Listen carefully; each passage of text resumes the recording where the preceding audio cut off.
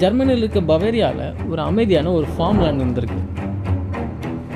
1922 அங்கே 6 பேரை கொடூரமாக கொண்டு இருக்காங்க. அந்த கொலைகளை பண்ணவன் அந்த வீட்டிலே இருந்திருக்கான் கொஞ்ச நாளுக்கு. This is Hinterkaifeck. ஜெர்மனியில் இன்னைக்கு வரைக்கும் சால்வ் பண்ண முடியாத ஒரு மிஸ்டீரியஸ் கேஸ். முனிச்சில் 70 கிலோமீட்டர் நார்த்தில் இன்டர் கைஃபக்ன்ற ஒரு ஃபார்ம் இருந்திருக்கு. அங்கே 63 வயதான ஆண்ட்ரேஸ் க்ரூபர், அவரோட ஒய்ஃப் கசிலியா, அவங்களுக்கு 72 வயசாகுது. அவங்களோட விடோ டாக்டர் விக்டோரியா, அவங்களுக்கு 35 வயசாகுது. விக்டோரியாவுக்கு 2 குழந்தைகள் இருக்காங்க.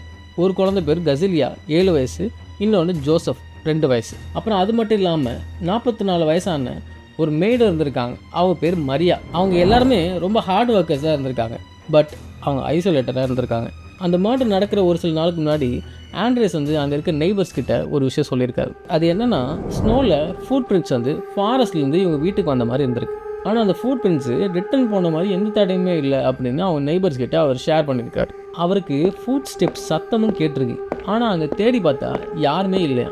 அது இல்லாமல் அந்த டைமில் அவங்க வீட்டோட இன்னொரு செட் ஆஃப் கீஸும் தொலைஞ்சு போயிருக்கு.